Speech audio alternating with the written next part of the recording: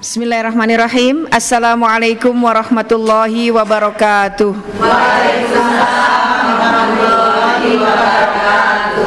Alhamdulillah wassalatu wassalamu ala Rasulillah sayyidina wa mawwalah wala haula wala quwata illa billah, amma ba'd. Jamaah sekalian yang dimuliakan Allah, segala puji hanyalah milik Allah yang atas ridhonya sehingga di kesempatan pagi hari ini kita bisa bersama-sama lagi dalam halaqah Quran kita, sehingga Allah memberikan ridhonya kepada kita semua. Amin ya rabbal alamin. Salawat serta salam semoga senantiasa terlimpah keharibaan beliau Nabiullah wa Rasulullah Muhammad sallallahu alaihi wasallam, kepada keluarganya, para sahabatnya, tabi'in, ulama dan kita semua pengikutnya yang insya Allah setia mentaati ajarannya hingga akhir zaman. Amin.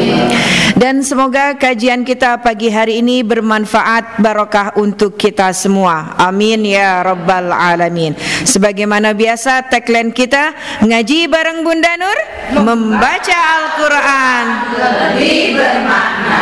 Oke, dan kali ini tema kita adalah Allah menyembunyikan 6 perkara di atas 6 perkara yang lain. Ya. Yang pertama adalah innallaha katama sittatan fi sittatin. Allah menyembunyikan 6 perkara di atas 6 perkara yang lain. Maridatun fi ta'ah. Allah menyembunyikan ridhonya kepada ketaatan hambanya. Jadi kita tidak pernah tahu ibadah kita yang mana yang mendapatkan ridho dari Allah Subhanahu wa ta'ala. Suatu kisah, Umar bin Khattab sudah meninggal. Putra beliau, Ibnu Umar, bermimpi tentang ayahnya. Umar di dalam alam kuburnya ditampakkan beliau diberikan kebahagiaan oleh Allah Subhanahu wa ta'ala. Kemudian Ibnu Umar bertanya, "Wahai ayahku, kira-kira amalan apa sehingga engkau terlihat bahagia?" Kemudian Umar bin Khattab menjawab, "Ana fi ridhohu." Aku berada dalam ridho Allah. Lalu amal ibadah apa yang menyebabkan engkau diridhoi Allah? Apakah salatmu, ibadahmu yang lain, termasuk jihad fi sabilillah? Bukan. Lalu apa wahai ayah? Kemudian Umar bercerita, waktu itu aku berjalan di teras-teras kota Madinah dan aku melihat anak-anak kecil bermain burung usfur. Jadi burung itu diikat oleh anak-anak, dilepas, ditarik lagi, dilepas, ditarik lagi. Kasihan gak bu kalau ngelihat? Kasihan. Kemudian Umar itu berkata kepada anak-anak tersebut, "Wahai anak-anak kecil, bolehkah aku beli burung itu dengan harga 100.000? Tidak boleh, kata anak-anak kecil tersebut. Bagaimana kalau 200.000? Enggak boleh. Masih dengan melepas dan menarik burung tersebut. Bagaimana kalau aku beli burungmu dengan harga 2 dinar? Gitu ya. 1 dinar berapa? 5 juta. Dibeli dengan harga 2 dinar. Ya. Kemudian akhirnya dibeli dan boleh. Setelah dibeli, ikatan burung tersebut dilepas oleh Umar bin Khattab, sehingga amalan yang menurut kita sepele itu menjadikan Umar bin Khattab tenang di alam kuburnya. Jadi jangan pernah meremehkan amalan yang kecil, ya. Itu yang pertama. Yang kedua, wa katamal ghadabu fi ma'siyah. Allah menyembunyikan murkanya, murka Allah terhadap hal-hal yang maksiat. Maksiat itu, perbuatan dosa itu, kalau tercantum di dalam Al-Quran maka itu termasuk dosa besar. Tapi kalau tidak tercantum dalam Al-Quran maka itu dosa kecil. Ya, contohnya, misalnya ghibah, ya, Itu termasuk dosa besar atau dosa kecil? Dosa besar, karena tercantum di dalam Al-Quran, ya. Mencuri, dosa besar atau dosa kecil? Dosa besar, meskipun kita hanya mencuri sepotong roti. Jadi bukan hanya masalah rotinya, tapi pencurian itu termasuk mengganggu, mengambil milik orang lain, mengambil hak anak Adam. Wassariqu wassariqatu faqta'u aydiyahuma, nah, gitu ya. Maka orang mencuri, baik itu laki-laki maupun perempuan, potonglah tangannya, kan gitu ya. Berarti itu termasuk dosa besar. Lalu yang disebut dosa kecil itu apa kira-kira, Bu? Nah, nggak pernah berbuat dosa ini ibu-ibu ya, keren ibu-ibunya. Ya, dosa kecil itu contoh misalnya kita membunuh semut dengan membakarnya. Ya, suka kan? Kadang kalau ada semut, kemudian kita kasih minyak tanah, kita semprot, kemudian dibakar, itu tidak boleh. Itu mendatangkan murka Allah. Jadi caranya gimana? Disapu aja, disapu, udah disisihkan, jangan dibakar, gitu ya. Itu menyebabkan murkanya Allah. Itu yang kedua. Sekarang yang ketiga, wa katama lailatul qadri fi syahri Ramadan. Ya, Allah menyembunyikan Lailatul Qadar di bulan Ramadan. Kenapa disembunyikan? Kalau kita kasih tahu, oh nanti di tanggal 27 bulan suci Ramadan, di awal kita nggak mau ngejar, landai-landai aja, santai-santai aja. Angkewe, mun udah tanggal 27, makanya disembunyikan oleh Allah.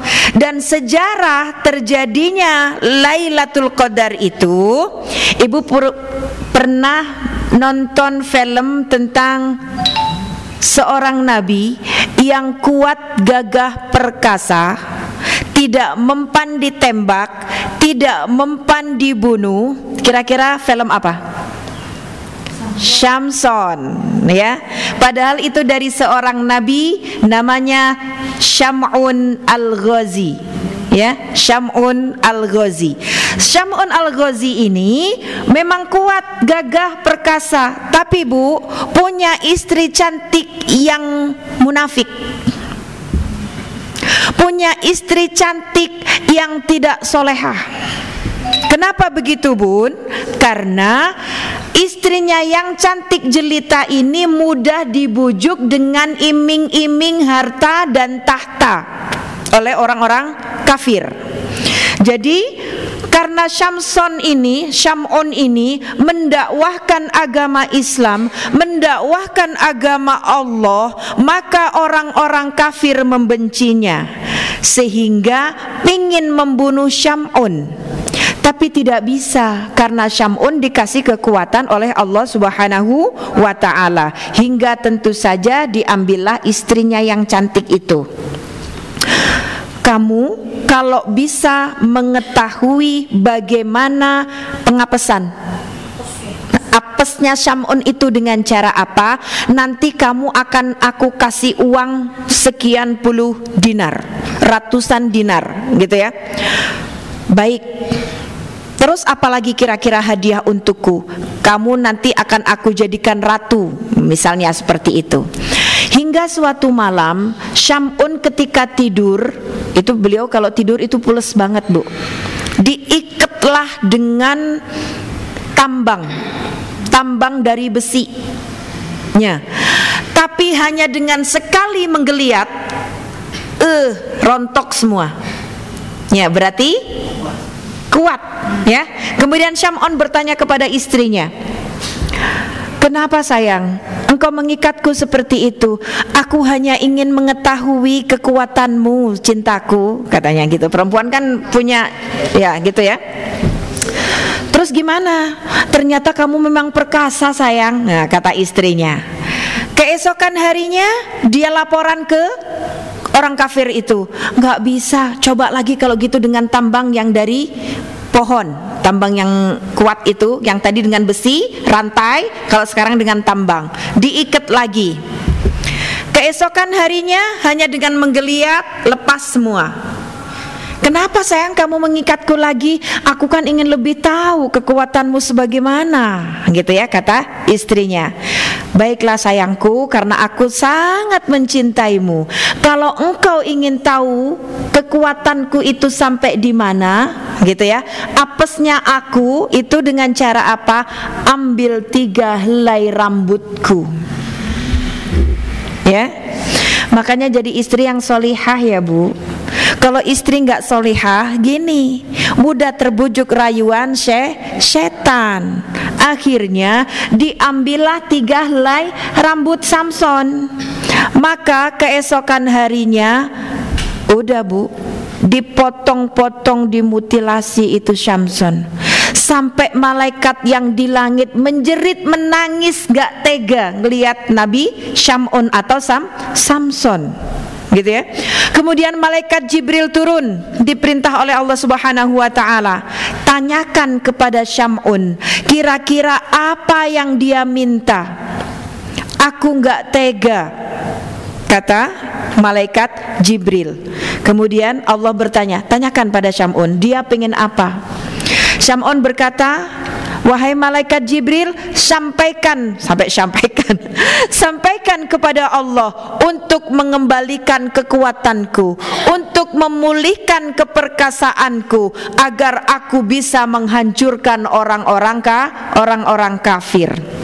Kemudian disampaikanlah itu kepada Allah dan oleh Allah dikabul. Kekuatan Samson dikembalikan. Kemudian Samson membunuh orang-orang kafir itu dan bertaubat. Maka Samson mendapatkan pengampunan sebanyak seperti 83 tahun, 1000 tahun. Inna anzalnahu fi lailatil wa ma adraka ma lailatul qadri khairum min alfi syahr. Ya, 1000 bulan. Ya, kalau tidak dengan ayatnya susah ngucapinnya, ya. Seperti 1000 bulan. Nah, ketika Rasulullah menceritakan itu kepada para sahabat, ada Abu Bakar, Umar, Utsman, Ali, sahabat Bilal dan yang lain-lain, maka semua sahabat ini menangis.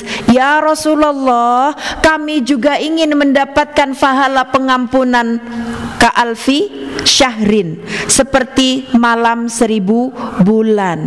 Maka sejak saat itu Rasulullah berdoa kepada Allah agar umatnya pun mendapatkan ampunan pahala seperti 1000 bulan yang diberikan kepada Nabi Syam'un atau Samson. Maka saat itulah turun ayat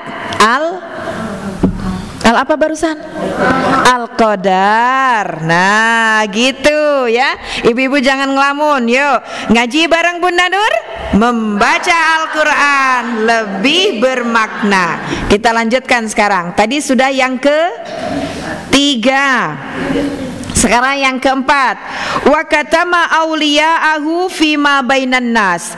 Allah menyembunyikan wali-walinya, ya, di hadapan manusia. Kadang kita tidak tahu Bu, siapa orang yang paling dicintai oleh Allah di antara kita. Di kampung Ibu, mungkin dulunya masjid itu hanya dihuni sekitar 10 orang yang jamaah. Sepi, kosong, gak ada yang ngaji. Tiba-tiba ada datang penghuni baru. Beliau menyampaikan risalah-risalahnya Allah, risalah-risalahnya Rasulullah.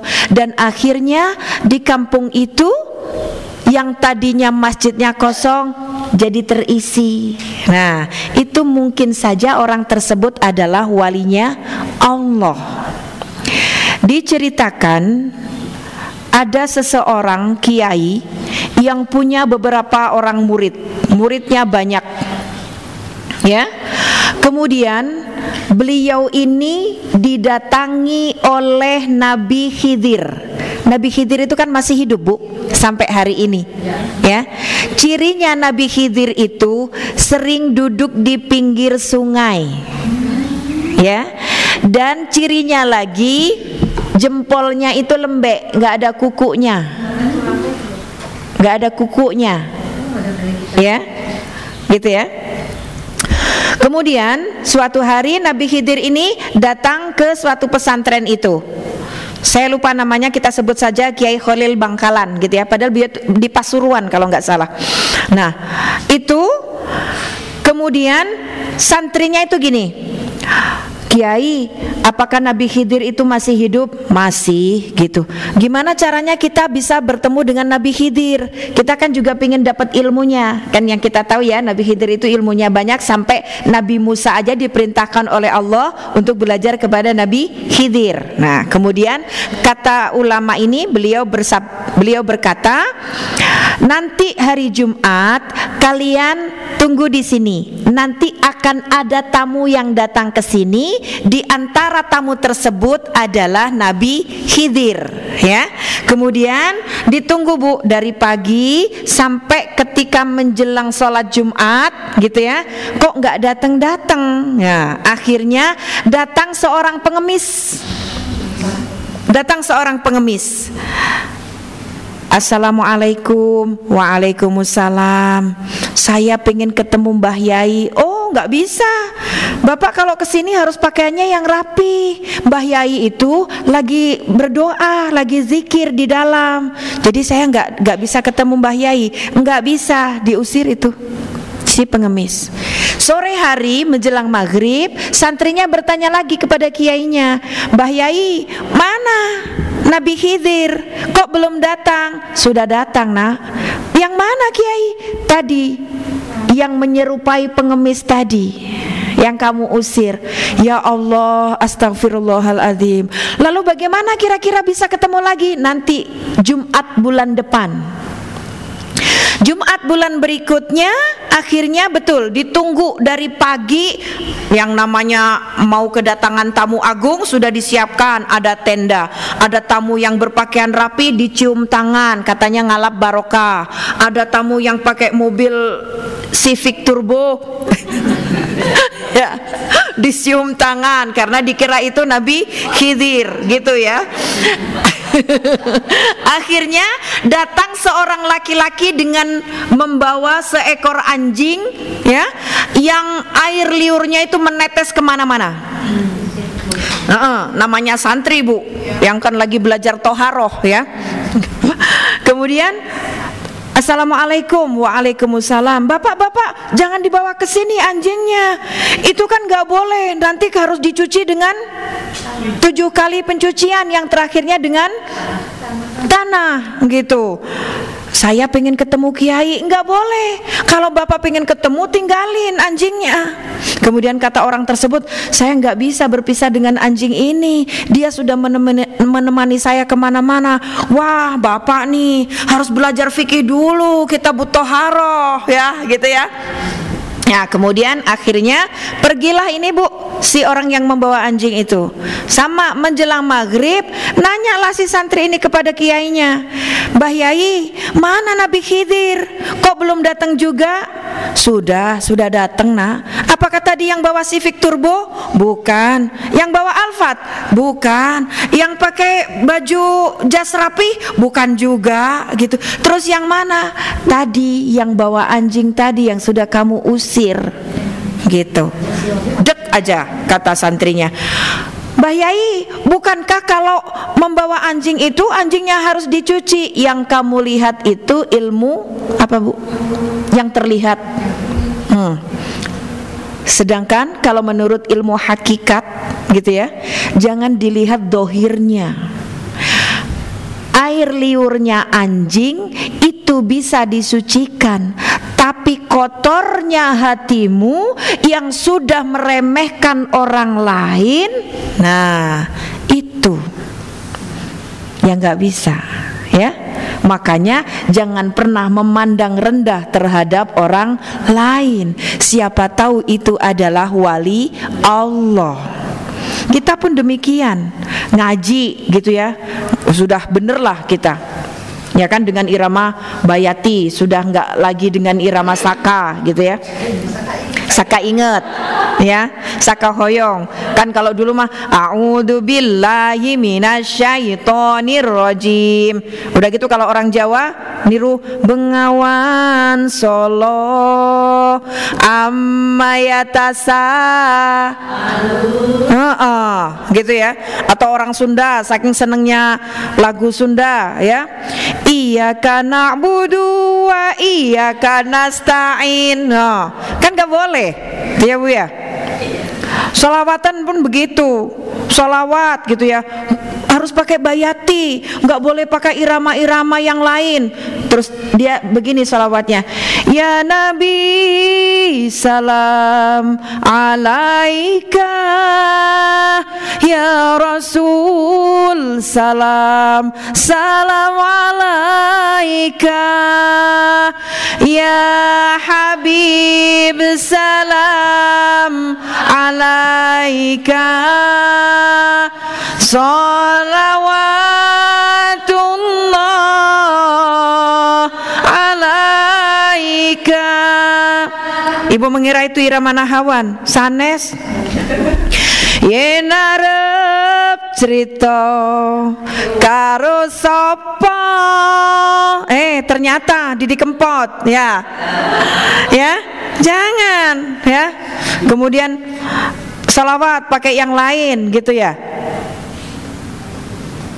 Enggak Bapak ya. Jadi hati-hati, jangan pernah kita merendahkan orang lain. Ya Nabi salam alaika, ya Rasul salam salam alaika. Lagu apa Bu? Didi Kempot lagi kan. Makanya hati-hati ya, jangan sombong karena Allah menyembunyikan walinya. Kemudian yang kelima, wa katamal mautu fil umur. Allah menyembunyikan kematian seseorang. Ya, kadang kan kita pernah dengar ya, atau postingan gitu ya, lagi main bola mati, lagi sujud mati, lagi ngaji mati. Amin, Allahumma amin. Mudah-mudahan kita termasuk yang lagi sujud atau yang lagi ngaji. Kadang kita nggak pernah tahu gitu ya. Kiai Sonan itu pernah lagi tausiah begini. Ada orang duduk Bu, nyandar. Nah, Ibu langsung gak nyandar deh. Lagi nyandar, tiba-tiba di toel temennya, gak bergerak lagi. Gak bergerak lagi. Ternyata sudah mati, sudah meninggal gitu ya. Dan bahkan ada seorang yang lagi, jadi gini, dari Cicalengka mau ngirim tembakau ke Jakarta ya, dari Cicalengka. Itu berdua, panganterkeun abi ka mana, ke Jakarta. Mawa naon, bawa tembakau katanya. Ya udah dianterin bawa truk. Merokok Bu, si temennya ini yang disuruh nganter itu merokok. Dalam kondisi merokok, ditanya kan biasa antara kenek dan yang supirnya itu kan diajak ngobrol gitu ya. Jawab, ditanya gimana anak-anak, baik. Sekolah kelas berapa? Nu ageng mah SMP, nu alit mah nuju SD kelas 5 katanya. Udah gitu ditanya lagi kok nggak jawab. Ditengok Bu, ini puntung rokoknya ini belum mati. Ternyata orang tersebut sudah mati. Tuh ya, kita nggak pernah tahu kapan kita diwafatkan oleh Allah Subhanahu wa ta'ala. Makanya sebelum kita dipanggil oleh Allah Subhanahu wa ta'ala, gunakan usia yang diberikan itu, karena kan nanti ada beberapa hal yang ditanya. Satu, umur yang diberikan oleh Allah engkau gunakan untuk apa? Sama-sama dikasih 24 jam. Yang kedua, ilmu. Ilmu itu kan bukan hanya ilmu agama saja, bisa ilmu menjahit, ilmu memasak, ya itu digunakan untuk apa? Jadi jangan pernah pelit. Dan yang ketiga, harta pun ditanya, dari mana engkau dapatkan dan kemana akan engkau belanjakan. Dan kalau kita menggunakan harta yang diberikan oleh Allah ini di jalan Allah, maka nanti pertanggungjawabannya akan mudah, insya Allah. Terakhir, Wa katama sholatil wusta fis shalah, dan Allah menyembunyikan solat-solat yang utama di antara solat-solat yang lain, ya. Makanya Bu, jangan pernah gini menunda-nunda sholat. Apalagi naudzubillah min dzalik, kalau kita mah insyaallah lah ya tepat waktu gitu. Mungkin ada di luar sana yang sholat itu usolli fardhos subhi wal zuhri wal asri wal maghribi wal isya'i oplosan lillahi ta'ala. Ya, jangan sampai sholat itu harusnya 5 hari sekali terbalik. Nah, gitu. Sehari 5 kali jadi 5 kali sehari. Bahkan sholat Jumat pun dilewatkan, ya. Gitu. Jadi kan kita tidak pernah tahu sholat yang paling diterima oleh Allah Subhanahu wa ta'ala itu sholat yang mana. Dan kalau kita sholatnya harus benar, sholat yang benar, Fatihahnya harus benar. Jadi meskipun kita hafal irama-irama dalam bacaan Al-Quran, tapi ketika kita sholat utamakan tajwidnya yang benar, irama nomor 2. Sehingga kalau kita sholatnya benar, ibadah-ibadah yang lain akan menuntun kita di jalan Allah Subhanahu wa ta'ala. Amin ya Rabbal alamin. Ada pertanyaan? Tidak ada? Oke, baik, alhamdulillah. Semoga Allah memberikan kemanfaatan untuk pertemuan kita dan kita senantiasa dalam bimbingan dan ridho Allah. Amin ya Rabbal alamin. Kita tutup pertemuan kita dengan bacaan hamdalah dan doa kafaratul majelis. Alhamdulillahi rabbil alamin. Subhanakallahumma wa bihamdika asyhadu an la ilaha illa anta astaghfiruka wa atubu ilaik. Barakallahu li wa lakum. Assalamualaikum warahmatullahi wabarakatuh. Waalaikumsalam.